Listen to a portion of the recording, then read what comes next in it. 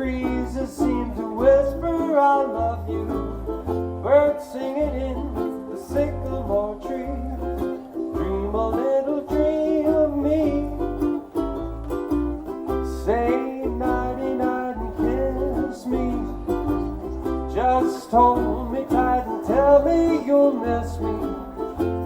Well, I'm a born blue as can be. Dream a little dream of me.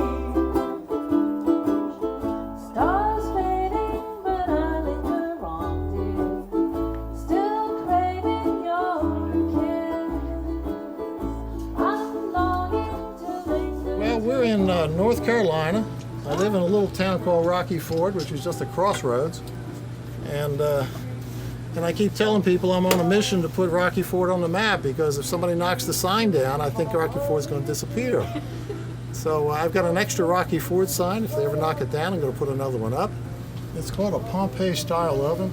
Kind of prototype plans for it, not a complete set of plans, are posted on the internet by Forno Bravo, a company that sells pizza ovens. When they first started, they were trying to encourage people to build wood-fired ovens.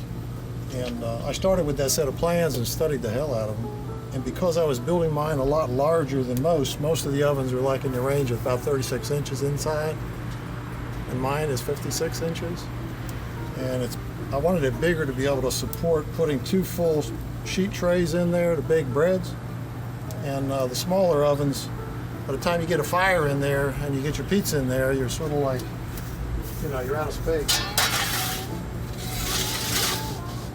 You know, by all standards, this oven is probably as big as, or bigger than most commercial ones that you could buy and assemble yourself.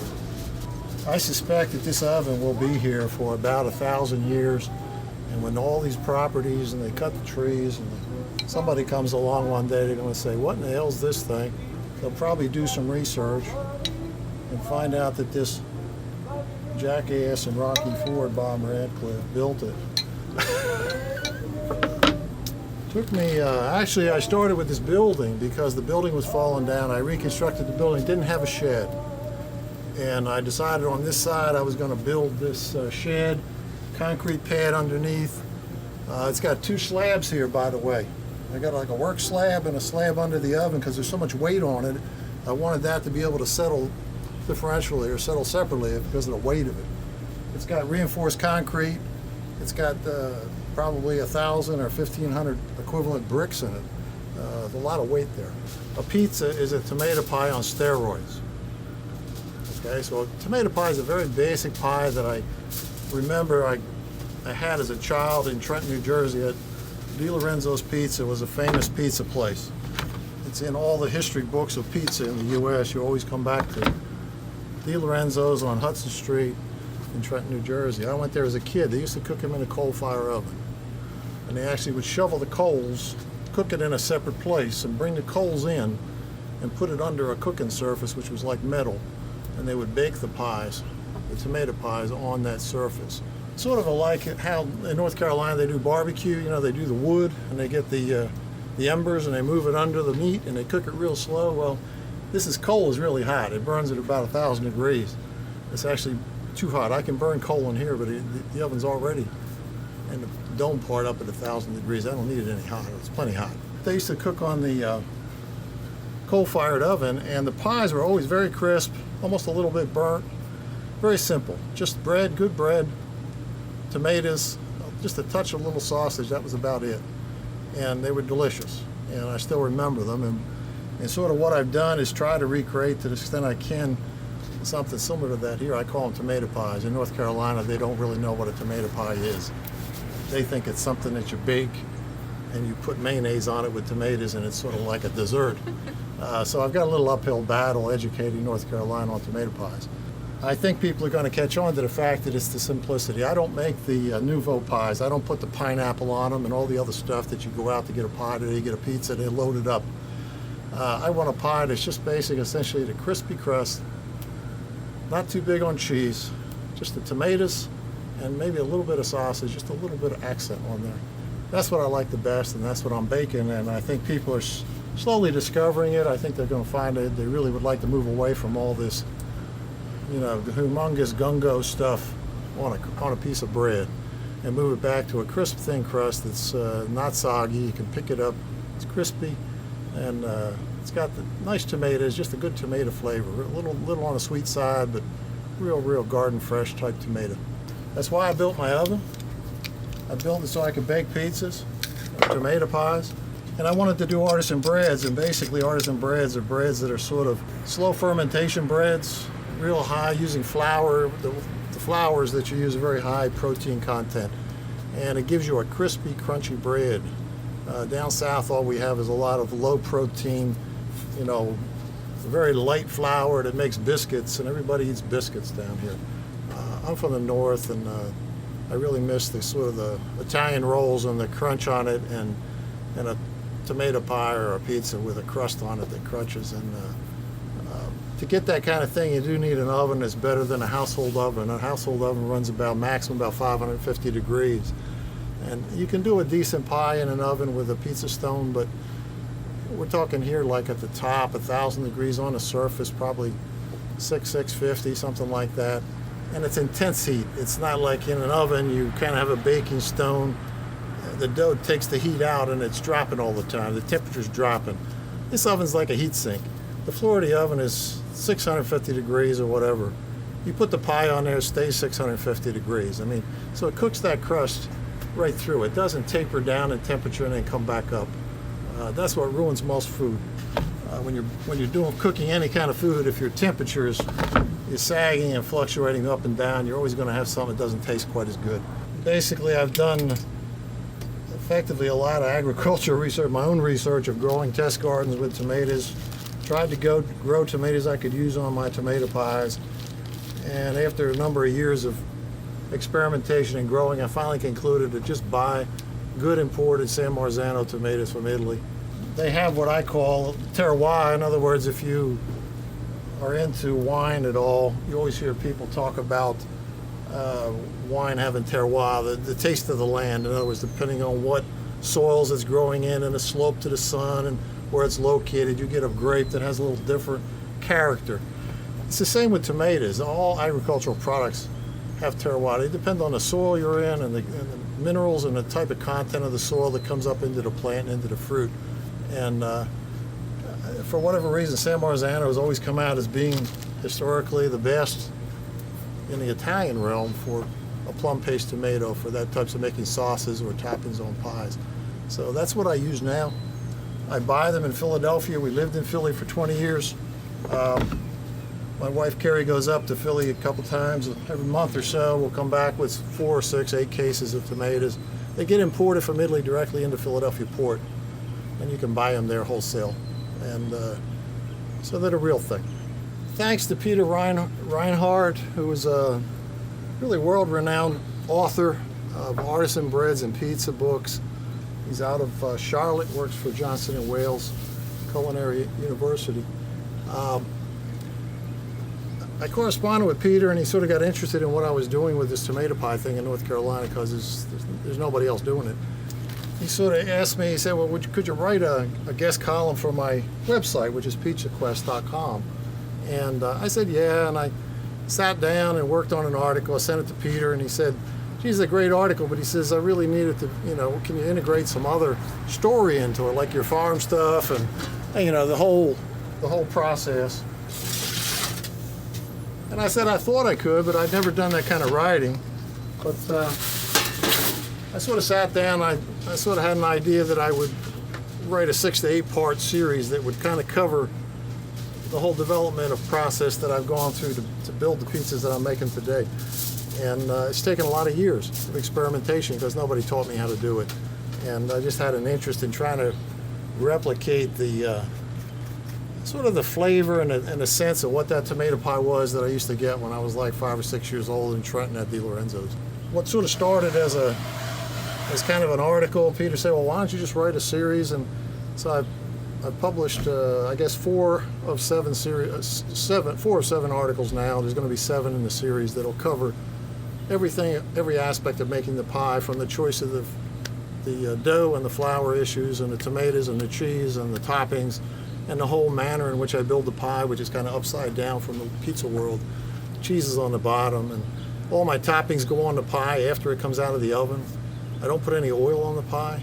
The oil goes on afterwards, like you're building a focaccia. You know, if you do focaccia breads, if you ever had them, you put the oil in, it just sucks it in. If you eat my pie, you're never going to burn your mouth. I always put the oil on last. You're going to see that later on. It goes on the crust and it warms it up. And my toppings go on last. They're not burned up, and they get heated by the pie. When the pie comes out of the oven, it's real hot. It cools down, but the toppings absorb the heat. So by the time you sit down to eat it, it's just everything is just nice. Your toppings, your mushrooms, your spinach, you know, your oil and everything is just at a nice temperature. I don't think, if people read the 7-part series, I don't think anybody's going to want to replicate what I did. I did test gardens, I grew test garlic gardens, and I grew test tomato gardens, and I've tried and made my own cheeses, my own mozzarella cheese. I've made flavored cheeses. I mean, anything you could do with the ingredients of a pie, I've sort of done it, and I've sort of selected out the things that I thought worked out the best. And that's what I'm doing now, and I'm still experimenting, so it's not like it's over. What I hope to do by publishing this is to kind of reinvigorate people to get out of the rut and get out of the box they're in with thinking about what a pizza is. It's round, and they serve it on a cardboard tray. I always serve mine on metal trays. These are the kind of trays that we had back in the 1950s. And when you finish eating your pie, you always had oil and little pieces, and you take your crust and you could rub on there and eat it all up. You can't do that with cardboard, guys. You know, when you got a cardboard thing, it's terrible. So eating a pie is like, it's more of an experience, and I'm trying to bring that old kind of 1950s experience back for people, to have a pie that is authentic in a sense. It's clean. It's just the bread. It's just the tomatoes, and real clean flavors. Kind of on the crispy side. Some people don't like things that looks a little burned, but that's really got a char taste to it. It's in a wood-fired oven, which gives it some flavor. You guys are going to eat it in a little while, so you can draw your own conclusion. But everybody that eats it seems to find it's really different, and not just different meaning bad different, but amazing different. And so that's what I'm doing. You got to be a little crazy to do this. It's a hot day here today, and I got 50 people coming. I'm going to feed 50 people pizzas. The dough I use is not a traditional pizza dough. It's an artisan bread dough. If you were making artisan breads, it usually takes about 2 days. You start the dough, you refrigerate it and delay the fermentation. You're always talking about long fermentation, high hydration, meaning high % moisture. That's why it's so sticky. Like when I take it out of here, it's real wet. It's not a dry dough. And that's characteristic of artisan breads. Long fermentation gives you flavor. The high hydration gives you that characteristic sort of light and airy. It kind of opens up when you cook it. And never tastes like flour. If you take these artisan breads, like it usually takes 2 days. If you try to cook them at 1 day, they taste floury. By 2 days, the way the enzymes break down the flour and the content of the actual wheat itself gives you the flavor. You can't get that any other way. You have to have slow fermentation with yeast over a longer period of time. It's like brewing beer. Most pizzas are not made with artisan bread, in other words, dough. In other words, normally a pizza dough is a 1-day thing. You make it and you cook it. And it generally doesn't have the same characteristics. When you guys eat this stuff later, you'll see there's a difference, and you just can't short it. You know, you got to spend the time. You got to give it 2 days. I want a very crisp dough, so I use a very high percentage protein flour. So I purchased a special flour. Basically comes out of King Arthur flour out of Vermont. Actually is where I'm getting it from. But there's only a few places in the country that grow wheat with a very high percentage of protein. It's up 15.5%. Whereas if you were doing biscuits, like biscuit flour is real light. You can feel it's real light and soft. That's like 8.5% protein. This stuff, when you actually rub the flour, like this stuff, it feels different. And you get used to it as you work with flours more. You can sort of tell whether it's a harder flour or a softer flour. But that protein builds up the infrastructure on the dough. You notice when I window painted before and you build up all that netting in there, that's what gives you that texture. So that when you bake it, it gives you that crispness and it crunches because it's got structural strength there. Most people don't want to fool with artisan breads because they don't have the time. They've got bread machines. They want to dump it all in a bread machine, turn it on, go to work, come home, get some bread, and they say they made some bread. Well, it's okay, but it's kind of like eating, Wonder Bread, out of the food store. It's white and it's bread, but it just doesn't have any taste. There really is no way of getting the flavor out of the breads unless you ferment it. It's kind of like akin to doing brewing and beer. It's the same idea. Long, slow fermentation breaks down. There's a lot of processes and enzymes going on that break it down and give it the flavor. If it has that kind of noticeable flavor, and you're probably familiar with, say, sourdough. Sourdoughs, they take even longer. I mean, you build up a sourdough base, it might take you a week or 2 weeks to get the base. And then you continually refresh it, and you add that base to some other flour to make a loaf of bread. And it's got that tanginess to it, and that's a different kind of fermentation. Everything we do in the baking world, you weigh everything. You weigh all the contents. If you don't weigh the contents, you can't reproduce bread. You weigh the flour, you weigh the water, you weigh the yeast, you weigh the salt, you weigh everything. And everything is expressed in what we call baker's percentage, which says it's a percentage of the weight of the flour. So if you have 1 pound of flour, then your salt might be 2% of the weight of the flour, or the water may be 70% of the weight of the flour. So you're always working on these ratios. And that's how and your bread recipes really are driven from the ratios. And when somebody gives you a recipe, if you're mixing it, and maybe the flour is just a little less moisture in it than usual, or it happens to be a humid day instead of a dry day, you have to adjust to get the right feel. And the way you know to adjust is thinking about the percentages and about how much can I add. Like if I'm going to add moisture, you don't always add a lot, just a little bit. You just want to change that percentage just a little bit, or maybe something like that. So the whole science of bread making is some basic scientific principles, and they really help you to be able to build better breads or to reproduce breads one after the other and have consistency. I want to really make a high quality bread, one loaf after the other after the other. To do that, you have to have this kind of an approach, and that's what's normally taught at a culinary school or a baker school or something special. I never attended any of those. I just read, took a few seminars. I've had a bread baking seminar with Peter. I've had one with Lionel Vatanet is a well-known baker in Cary, North Carolina. He has La Farm Bakery, and I've had some classes with him. And then a lot of trial and error. You do stuff, and if it doesn't work, it's not good, you throw it out. Start over, try to figure out what you did wrong. Sometimes you just, when you're scaling things, whether you're always weighing things, sometimes you got it on ounces instead of grams, or vice versa, and you're mixing fast, and all of a sudden the whole recipe's screwed up. And you say, well, how did it happen? Most people just don't know, and you need to find out and fix it and be able to reproduce it. So, what I've been able to do over a number of years on the bread side, on artisan breads, and now with the tomato pie and the pizza, is have the confidence that I can bake, say, 40 pies today, and I sort of know how they're going to come out. You can't have them all over the place. I mean, otherwise people ain't coming back. And it's frustrating, when you can't reproduce something good. I'm sure, if you were a musician and you were playing a song, if you couldn't reproduce that song well, you know it, or somebody else knows it. So, it's either good or it's not. There's an honesty to making bread. It's either good or it's not good. And if it's good, there's a lot of reasons why. People think it's easy, but it's not so easy. Just hold me tight and tell me you'll miss me. Well, I'm alone, blue as can be.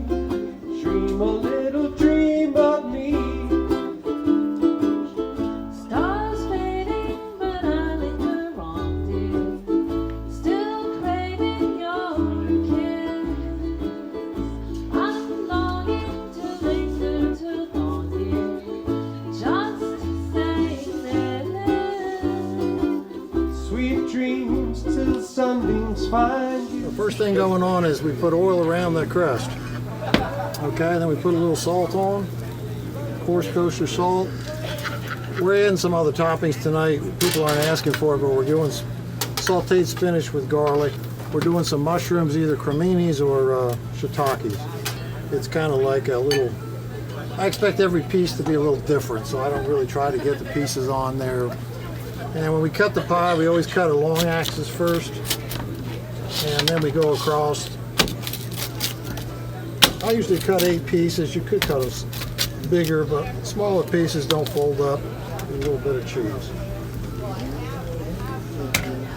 That kind of finishes them off, at least how we're doing. A little basil too, if we get a chance. So we go around the outside with a pretty good amount of oil. This is olive oil. It's a mix. It's a medium blend. You don't want to have a fine olive oil or something that's aromatic, because when it hits the heat, it really gives it a funny odor. The middle blend olive oils work a lot better. We've had a big crowd tonight. I thought we were going to have 50 people. It looks like we have about 65. And baked about 42 pies. Baked a whole lot of ribs and pretty much sold out of everything. So we got one last pie. We're going to heat it up, and I'll try to describe it to you a little bit. You get a look at it. Let's get a tray. I always use these aluminum trays. It's kind of like retro. No cardboard. And these trays are better if they have a lot of cut marks on them. These are fairly new trays, but I like the old ones with got 1,000 cut marks in it. I usually cut it on the long axis, and taking out of the oven, I usually put a fair amount of olive oil around the crust. The crust doesn't have any oil on it. It basically soaks in, gets warmed up by the pie. Put a little coarse salt. If I wasn't out of mushrooms and spinach, I'd put some mushroom and spinach toppings on there. They get warmed up. Cut it on a long axis. Cut across, make about 8 slices.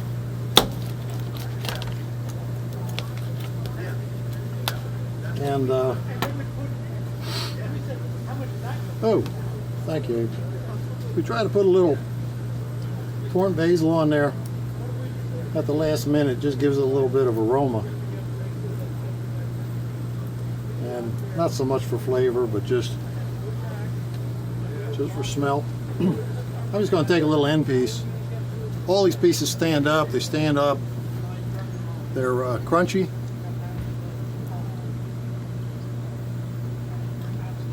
Tomatoes a little sweet. Got a nice char on there.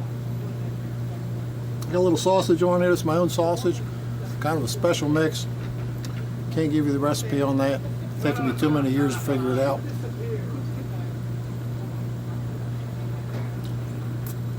It does taste a bit like it's got some basil and maybe some fennel in there, and a couple other things. So